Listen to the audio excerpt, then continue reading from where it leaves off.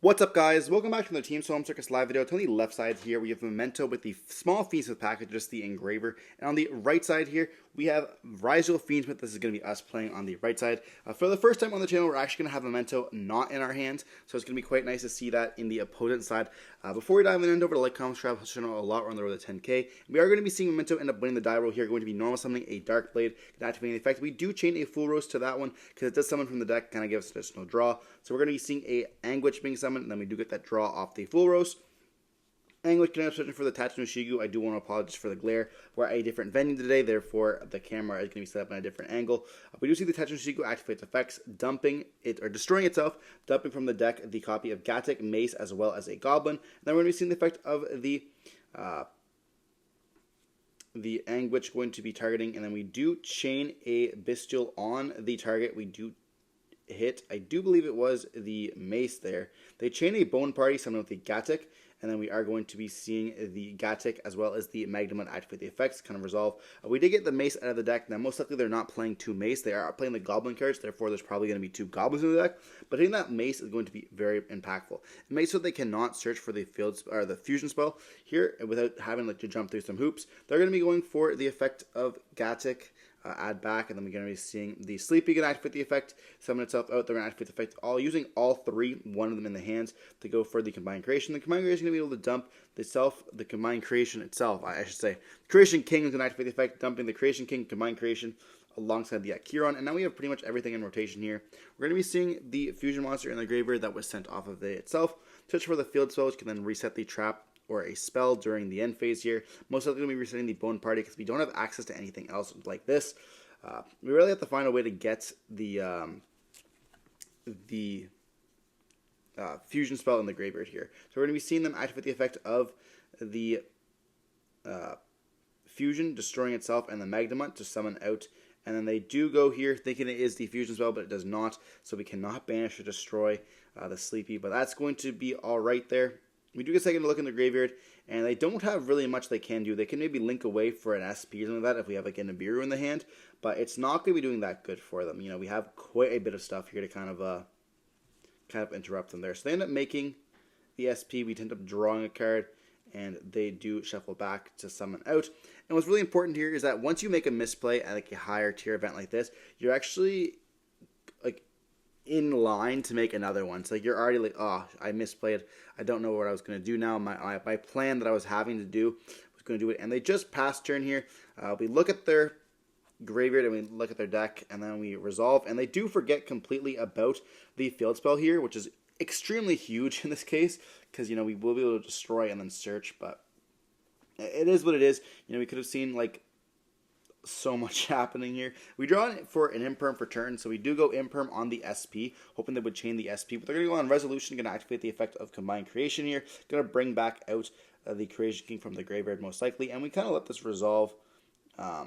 We chain a Druid's Worm on the Anguish there, just in case they wanted to summon with the Anguish, but it doesn't really matter, to be honest. We're going to see the Creation King summon itself out. Now after they tracks just into Lure is going to be then summoning itself out, and we have access to the Fiendsmith package. We're going to go for Requiem. Requiem is going to be activating its effects, going for the Lacrima. And we're going to see Lacrima dumping the Engraver here, and we can go for a Light and Dark Chaos Angel if we wanted to. It's going to be quite hard for them to kind of beat that Light and Dark Chaos Angel, but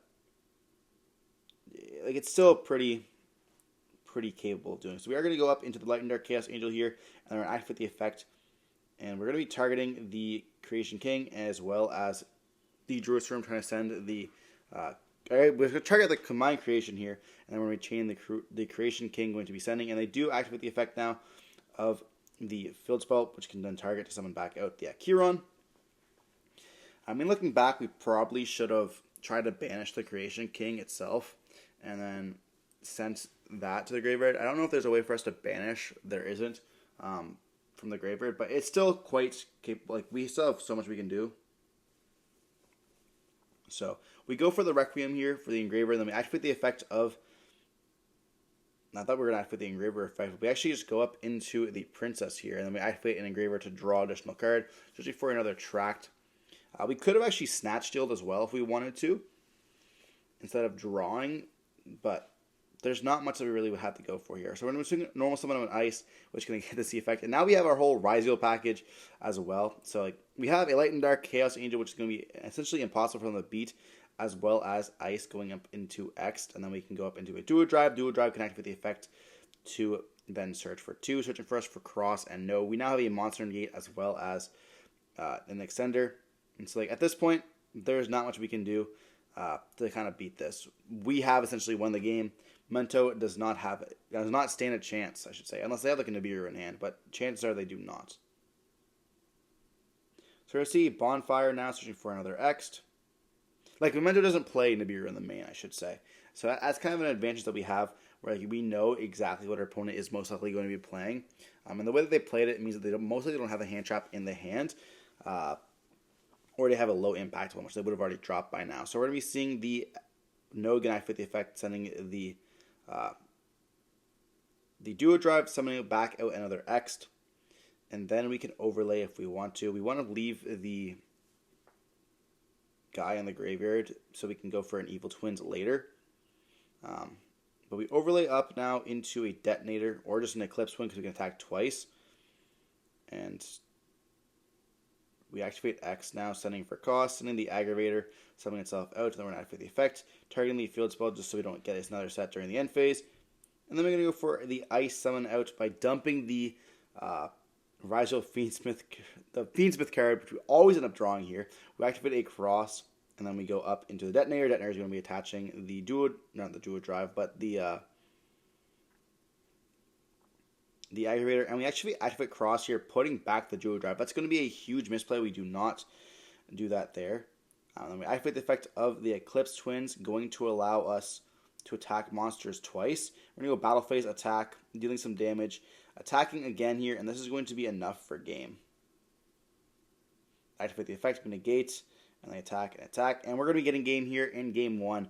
Not much they can do. We had no hand traps. We had essentially full board as well as full roast, drawing into an Imperm, which stops the SP, and we had the Magnemite for that Mace, unfortunately, as well as like Jerusalem for something else, being able to send the card, forcing out that Fusion monster, which is just, it is what it is. There's not much we can really say about that. Like, we kind of just opened up better, and that's like the issue with Memento. Like, you have 1 and 2 card starters, or 1 or 2 and 3 card combos, but like you have to open up the hand traps, or else your board's not going to be that good, especially against a bunch of hand traps. Like, you give your opponent a bunch of Full Roast cards, they're doing so much, which is like, that's why you have to play the Fiendsmith stuff, I find, in the deck.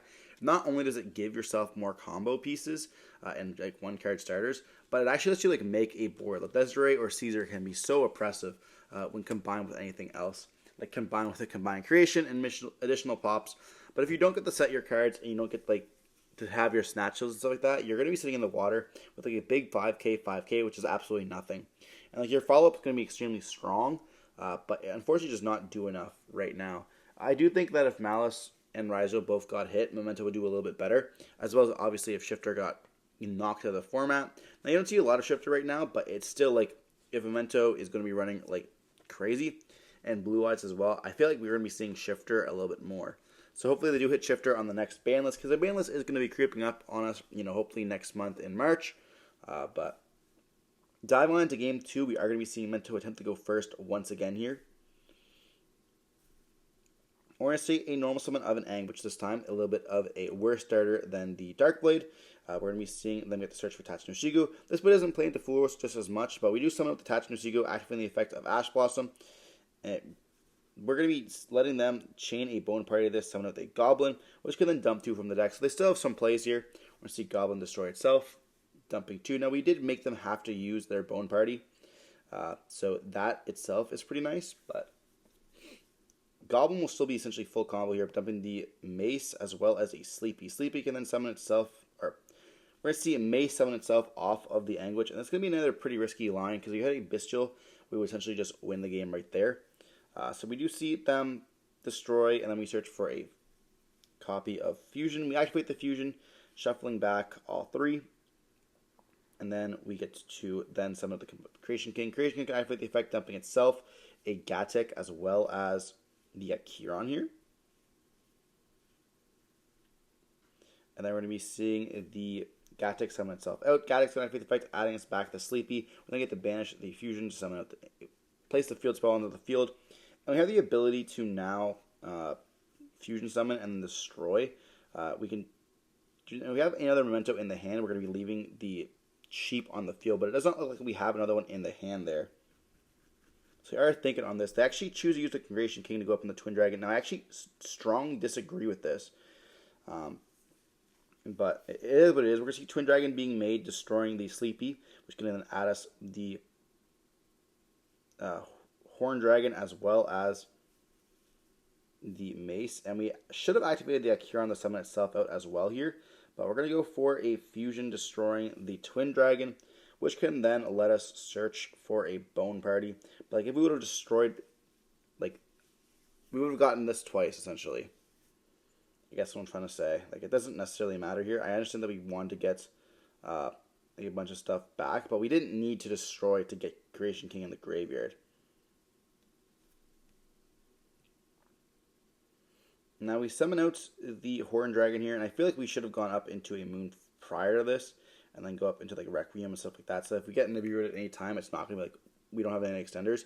We can kind of go up into like a Cross Sheep.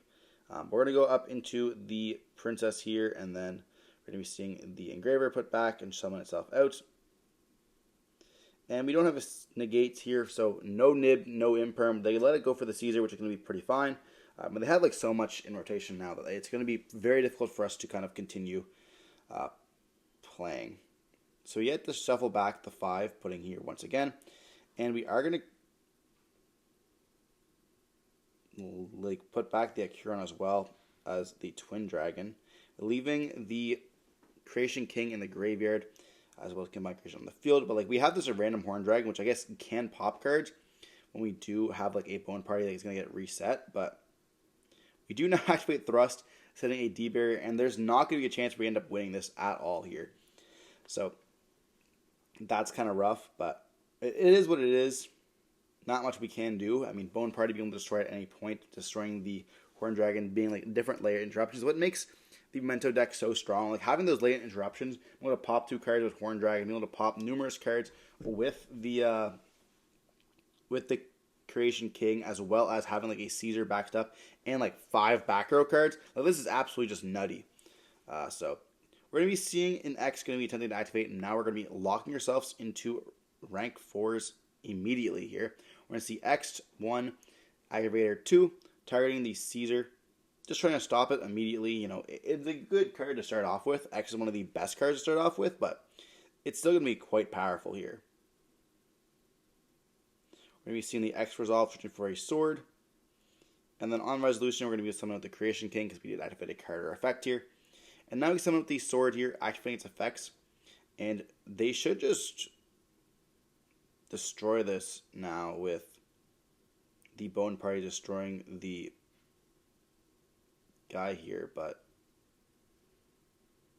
they're going to ask what we have in hand. We have Ice. We're going to now go for Bone Party, destroying the Horn Dragon, summoning out the Akiron from the deck. And then we're going to be seeing Horn Dragon, destroying the Akiron, and both of those there. Akiron will then activate the effect, adding us back the fusion spell. That's banished. And we're going to be seeing a normal summon Ice. They have an Imperm for this, and essentially it's going to be game over right there. If we had a node, we would be able to continue, but they have the Creation King here, which we actually have another Ice, something a little Lurie. But they can just pop both these cards and then just not care. Here we're trying to make an Exton Knight, forcing it out, maybe like saying, okay, well, we can just go for an Exton. But they're going to go for a Snatch Deal instead. Now, I don't agree with this at all. We also have the node, so that's kind of crazy. But like, you want to leave the Mace in the hand for follow-up turn at any point. Like, you don't really care about popping the stuff, popping numerous things. It's like, okay, well, they have to have something else. And like, we know we don't have evenly matched, or else we would have gotten evenly matched. They have nothing to negate our stuff. So like, it's kind of important that like, you want to like layer your interruptions correctly, but leave more of them in the hand. Like, I suppose like even popping one, if we had node, then you could just Snatch Deal it then. But it's still kind of rough. We also did not go for a Field Spell effect to bring back at which we could have done, which would have given us an additional pop and leaving the Creation King on the field. But that's just for another topic. You know, there's a few misplays that we're seeing here, especially with the Field Spell, which, I mean, it is a complicated card and there's lots to remember. But we had like so many interruptions there that did not really matter here. We had a good hand to kind of push through them. I was trying to make an Exton Knight to kind of blow up the board to make a simplified game state, but it still was going to be hard to come back from that. More into Game 3, though. Obviously, Ryzeal Fiendsmith has the upscale, uphand, I should say, like going to be a powerhouse of a deck. It's going to be quite hard for Memento to kind of break this board. Now, if they do play board breakers, it's going to be like fine for them, but they shouldn't be playing board breakers. You're playing like the hand trap builds. Now, they are playing the Goblin spell card, which is important to note. That is going to be one of the worst cards to draw going second. It does dodge Imperm and stuff like that, but in this format, when you're aiming on Caesars and Desirees and like that, it's not going to make that much of a difference. No one's going to be Desireeing like your Anguish. They're going to be Desireeing an important card that's like a spell card on the field, or any of your big combo pieces, like stuff like that. So we are going to be diving on into game number 3. Like when I'm playing against Memento, I would want to Desiree the Summon of Creation King to be able to like stop them dumping, because they can't activate the same card in the same chain. So they activate the effect to dump, and then you chain the Creation King, or you chain the Desiree to negate, and like they can't chain the Creation King to then destroy cards. So it's very important, like you do just stop that. You stop the 3 cards, you stop Twin Dragon, whatever you want. It's just honestly just crazy. So we're going to be seeing a draw phase Pirellia, and we're like, okay, we have to kind of ash this, or else we're going to give them numerous draws. And in Memento, it's not going to be great when they have so many cards. You know, you don't really know what they have in the hand unless you like talents them. So like it's going to be quite difficult for us to kind of continue there. So we do see the track to be activated, dumping the Lurie, and they do on resolution change roll and Lockbird here, which is huge that we started with the track and not the engraver. We've been cooked. So we're going to see of course the regular Fiendsmith line going up into the Requiem, going up to Lacrima up the engraver, and it's like all pretty normal here. So they have wasted 2 hand traps essentially, because we don't really need the line here. If we had another engraver in hand, it's like it is what it is. We now put back the Lurie to summon out the engraver here, and we can make a Caesar, and that's going to be pretty good against the deck completely. So we make a Caesar going first, and we just set 1 card and pass on that. We don't need to kind of continue with our Ryzeal cards if we have them. This should be good enough here if this is an Imperm or a Strike. So that's going to be that there. They have a Cobble the Grave in the hand, but it looks like they also have a Tatch no Shigu. So they're going to set 1 card and just pass turn on this, and then during the main phase, we're going to go for the Requiem. Now, what's interesting to me is that they chose to not keep the Kaba in hand. They could have kept the Kaba in hand knowing that we were going to be activating the Lacrima in the main phase there, which would have been able to chain the copy of Callby to stop it, but they do go for Tatch no Shigu, activating the effect, and we do just chain Caesar. They tried chaining the Goblin spell, but I'm like, it's not on the field yet, so it doesn't really do anything. And we could also just chain a Caesar to that as well, but it's just going to resolve destroying the Tatch no Shigu, and then we're going to just continue with the Fiendsmith combo. We go for Engravers and track to activate the effect, dumping the Lurie summon itself out, and then we can make a Desiree on the field right away. Now it's really crazy that they have a Call by the Grave, so they could have Called by the Grave the Lacrima or the Lurie here as well. We go for the sequence, and like we only have 1 engraver in graveyard, so they could have just hit that, and then we would have not been able to fusion summon either. So it's all kind of important there. We go for the Desiree now. Then we're going to link these 2 away into a Gumday. Another amazing part where they could just hit us here. Now we do go Desiree, send the card face down. They do chain the Call by the Grave. Now we get to chain the Gumday to summon out the Desiree. It's like, this is just horrible. Like, why would you do this? And then we just proceed to normal summon Ice.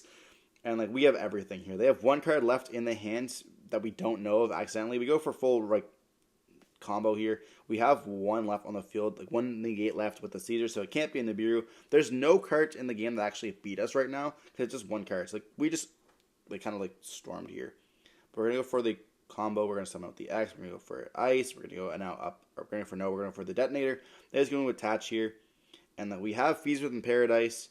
We have still our set card here. They're down to 1 card. We have a Desiree does piercing, untargetable. We have a Caesar still. We have a cross draw, and we then just summon out Sword, dealing some damage. We Sword Search as well for the X, and we normal summon, or we dump X, okay. Dumping in a Light Fiend, and then we go up into the Eclipse Twin, and we go Battle Phase, and we're just seeing enough for game. We had a Strike set as well, which is going to be pretty crazy, but yeah, not opening up the greatest, and then also sequencing the Call by the Grave wrong is definitely hard. I don't really know what I would do. Obviously, the Goblin spells are not the greatest. I think the Goblin spells are horrible in the deck. I know that a lot of players hate that kind of comment, but it is what it is. Again, when I'm playing the deck, I don't play with the Goblin cards, and I don't end up bricking on them. I like playing the fusion cards because you like use your cards as well as the engravers, because engravers are one-card combos themselves. But regardless, hope you watched the video. Don't forget to like, comment, subscribe, content like this. Stay safe. Peace.